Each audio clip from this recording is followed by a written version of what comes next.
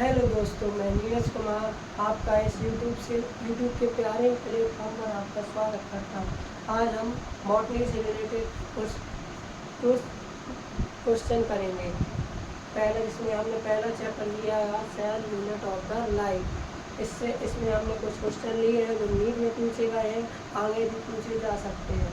तो इसमें पहला क्वेश्चन है, प्लूरोनिमोनिया जैसे जीवों का आकार होता है, प्लूरोनिमोनिया होता है, उसका आकार क्या होता है बताइए। ये पूछा गया 2020 में क्वेश्चन। आप बताइए कि इसमें जो पीपीएल होता है उसका आकार कितना होता है। पहला ऑप्शन पढ़ता हूँ मैं, 0.02 माइक्रोमीटर, 1 से 2 माइक्रोमीटर, 10 से 20 माइक्रोमीटर या 0.1 माइक्रोमीटर। आपको बताना है कि इसका आकार कितना होता है, बताइए।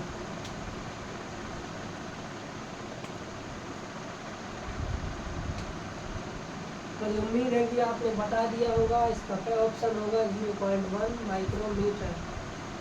ठीक है, अब हम दूसरा क्वेश्चन करेंगे। उसका विभाजन के संदर्भ में ओमनी सेलुला ई सेलुला शब्द किसने दिया था या परिकलित किया था। जो ओमनी सेलुला ई सेलुला था वो किसके द्वारा दिया गया था, तो उसका सिद्धांत के दौरान। उसका सिद्धांत क्या था वो हम आपको आगे बताएंगे। ये इसमें किन किन वैज्ञानिकों के महत्वपूर्ण रोल है वो हम आपको आगे नेक्स्ट वीडियो में बताएंगे। तो आप बताइए कि जो ओमनी सेलुला है ई सेलुला किसने दिया था नाम।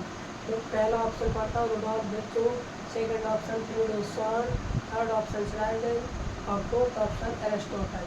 आप बताइए कि ओमनी सेलुला ई सेलुला किस वैज्ञानिक ने दिया था।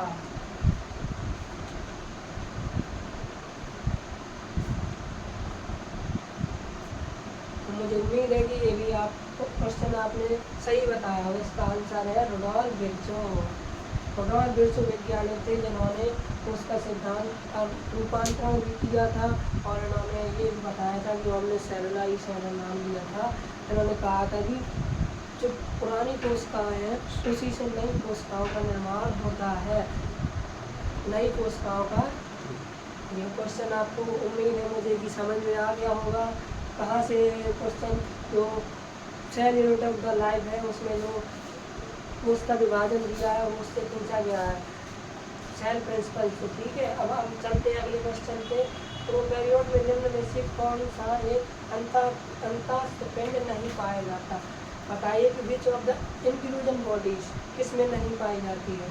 तो आप बता सकते हैं इंक्लूडिंग बॉडी।